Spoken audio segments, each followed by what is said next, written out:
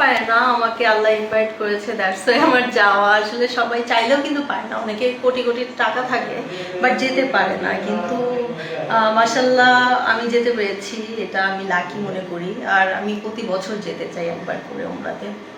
আজ আমি একটা বিজ্ঞাপনের শুটিং করছি, এটা হচ্ছে অন ইয়ার হবে ঈদের পরে। তো যখন আসবে সবাই দেখতে পারবে। আর আমাকে ডিরেক্টর বলেছে যে এখনো কিছু যেন না বলি কোন ব্র্যান্ড বা কিসের হচ্ছে প্রোডাক্টটা কি। তো দ্যাটস ওয়াই আমি বলতে পারছি না, যখন অন ইয়ার হবে সবাই দেখতে পারবে।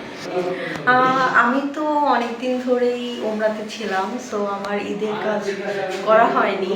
ঈদের পর থেকেই আমি কন্টিনিউ কাজ করব। এটা তো উমরা সবাই করতে পারে না, আমাকে আল্লাহ ইনভাইট করেছে, দ্যাটস ওয়াই আমার যাওয়া। আসলে সবাই চাইলেও কিন্তু পায় না, অনেকে কোটি কোটি টাকা থাকে বাট যেতে পারে না। কিন্তু মাশাআল্লাহ আমি যেতে পেরেছি, এটা আমি লাকি মনে করি। আর আমি প্রতি বছর যেতে চাই একবার করে উমরাতে।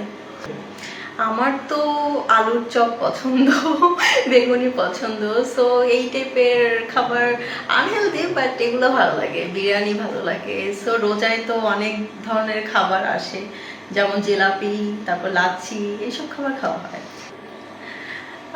জিলাপির সাথে মিক্সড করে মুড়ি, যেটা ওইটা পছন্দ করি না। আলাদা জিলাপি থাকবে, আলাদা মুড়ি থাকবে। আমি বুঝি না, মানে জিলাপি মুড়ির মধ্যে কেন জিলাপি দিবে?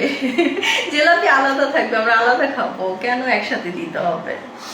আজকে আমাদের এখানে মানে শুটিং সেটে আমাদের কিন্তু আলাদা জিলাপি দিয়েছে, আলাদা মুড়ি দিয়েছে, একসাথে মাখায়নি।